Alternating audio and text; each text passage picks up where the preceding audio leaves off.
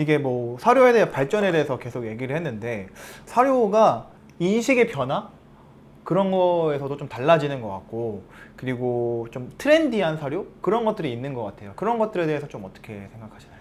사실은 사료는 저는 전적으로 과학적으로만 접근을 해야 한다고 봐요. 근데 이제 문제는 이제 후발주자 나온 지 뭐 이제 신생 기업들이 있을 거 아닙니까? 네네네. 1년이나 2년 뒤나 이런 기업들이 있고 이제 갓 알려지기 그렇죠. 시작한 이제 네. 뭐 사료라는 걸 만들기 시작했고 연구하기 시작한 지 150년, 130년, 뭐 80년 이런 역사를 가진 기업도 있잖아요.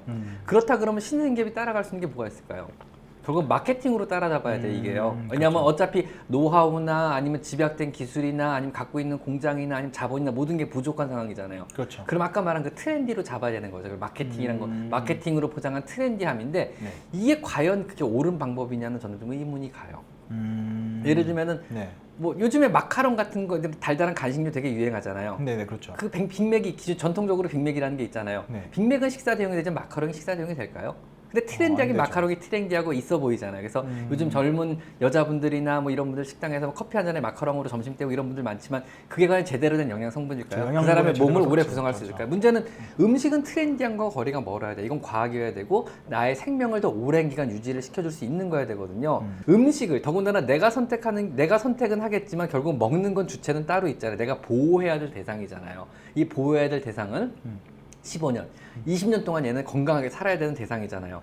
그러니까 이걸 트렌디함으로 결정한다는 건 좀 어폐가 전 있다고 봐요. 그럼 일단 역사적인 걸 보고 그럼 이 사료가 얼마만큼 오래 남았는지 이런 게 중요한 거지. 뭐 이게 요즘 이게 뜬다, 이 성분이 뜬다, 이 원료가 뜬다 이런 걸로 해서 먹는 거는 조금 그렇죠. 일단 뭐 생각을 해봐야 팬시한 포장이나 아니면 트렌디가 대부분 뭐 또 이런 거예요. 뭐 예를 들면은 뭐라 있을까? 뭐 유기농. 네. 그다음에 난 GMO 있죠. 요즘 유전자 네네네. 조작 식물이 안 들어갔다. 뭐 야채 사료 아니면은 네. 뭐 과일이 들어간 사료가 있습니다. 뭐 이런 그렇죠. 것들이 이제 대표적인 트렌드. 홍삼 사료 이거 얘기해도 네. 뭐 어떤 특정 약재가 들어간 사료도 있을 수 있겠죠. 뭐 그다음에 뭐 한우를 갈아 넣은 사료도 있을 네네, 수 있겠고요. 그렇죠. 뭐 이런 것들이 다 트렌디에 들어가는데 과연 이게 실제 동물에게 도움이 될까는 한 번쯤 생각을 해 보셔야 돼요.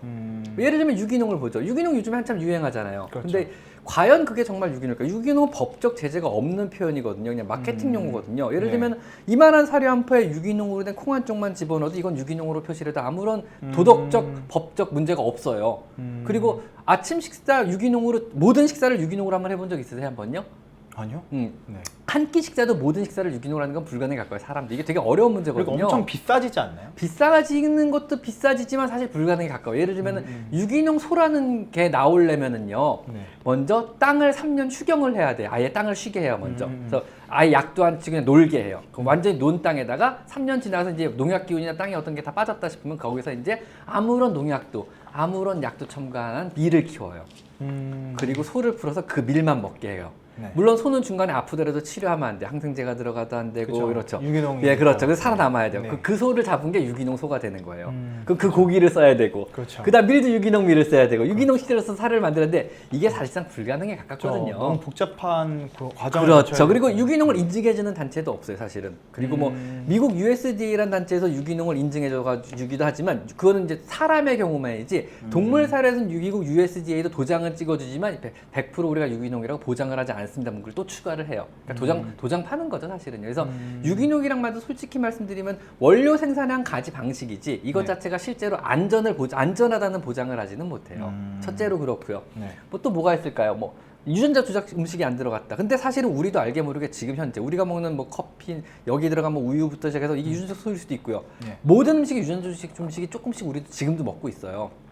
그리고 실제로 수많은 환경학자들이 네. 유전자 조작 음식물은 안전하지 못하다고 옛날부터 주장했어요. 50년, 60년 전부터 계속 주장을 했어요. 근데 네. 아직까지 어떠한 환경학자 쪽 과학자들도 실제로 그 안전하지 못하다는 내용을 증명해내지 못했어요.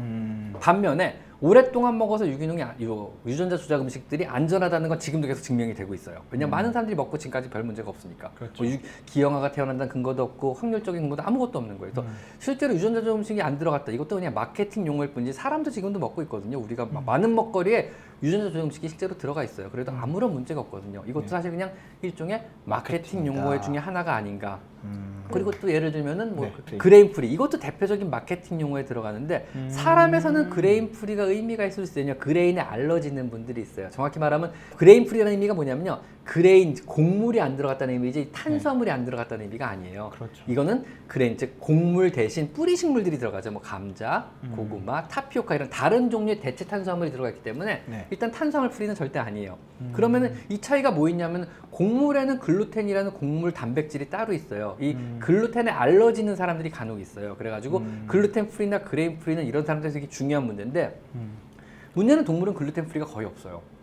실제로 글루텐에 알러지가 있는 동물이라면 그레인 프리 음식 자체가 이 동물에게는 도움이 되겠지만 그렇지 않은 동물에게는 그레인 프리는 별다른 의미 없는 용어일 뿐이에요, 사실은요. 그런 동물이 되게 적다는 굉장히 적어요. 그래서 그런 경우 굉장히 드문 경우기도 하고 그리고 또 재밌는 사실은 미국 FDA에서 요즘 조사하는 것 중에 하나가 그레인 프리 사료를 먹은 강아지에서 심근염이 다발한다는 조사가 있어요. 그래가지고 이게 왜 그런지 지금 조사 중에 있거든요. 심장에 문제가 생기는 거죠. 심장병에 다발한다는 연구 결과가 나와가지고 거기에서 조사하고 있다 그래서 사람도 일단 조금 조심해야 될 필요는 있을 것 같아요. 그래서 그레인 프리 역시 뭐 동물에서는 그냥 무시해도 될 어떤 마케팅 쪽인 용어가 아닌가. 그다음 뭐 나머지 야채 사료는 뭐 말할 것도 없고 야채를 특별하게 넣었다 그래서 뭐 특별하게 좋은 사료가 되느냐. 그것도 또 아니에요. 좀 그럴 것 같아요. 사람 생각으로는. 야채하면 왠지 신선할 것 같고 이제 좀 프레시할 것 같고 이제 건강에 좋을 것 같은 막연한 그 느낌. 그리고 채식만 한다고 하는 사료 포장재 야채가 막 그려져 있다 그러면 왠지 좀 그렇죠. 좋은 사료를 느끼는데 맞아요. 이미 사료에는 충분한 양의 어떤 비타민이라든지 충분한 양의 섬유소가 이미 들어있어. 이거를 뭐 야채를 통해서 굳이 섬유소를 보충해 주는 게 의미가 있냐? 전혀 의미가 없어요 일단은요. 그리고 야채가 실제로 강아지 몸에 좋다는 근거도 없어요. 섬유소 자체가 필요한 거지. 야채에 있는 섬유소가 필요한 거죠. 두 번째로 뭐 과일 함유 사료 역시 과일이 강아지에게 좋다는 근거는 전혀 없거든요. 과일이 포함됐다고 해서 강아지 몸에 좋냐? 역시 근거가 없고요. 그다음에 이제 뭐 하다못해 뭐 예를 들면 비건 사료라 그러죠 일단은요. 그래서 뭐 식물성 단백질로만 구성된 사료 이게 강아지 좋다 이거는 동물 학대죠 사실은요. 이건 동물 학대에 가까운 거지 이건 제대로 된 음식이라고 볼 수 없고요. 사람이야 자신의 어떤 건강을 위해서가 아니고 건강 때문에 사실은 비건을 하는 건 아니거든요. 신념 때문에 하는 건데 이 신념을 굳이 내가 키우는 동물한테 강요한다 이거는 학대죠 사실은요. 이거는 뭐 더 말할 가치는 없고요. 그래서 이런 종류의 마케팅 용어들이 사람을 많이 현혹하고 특히나 포장지에 뭐 웃고 있는 소라든가 즐겁게 뛰노는 닭이 실제로 그 살에 들어갔냐 그렇진 않을 겁니다 아마.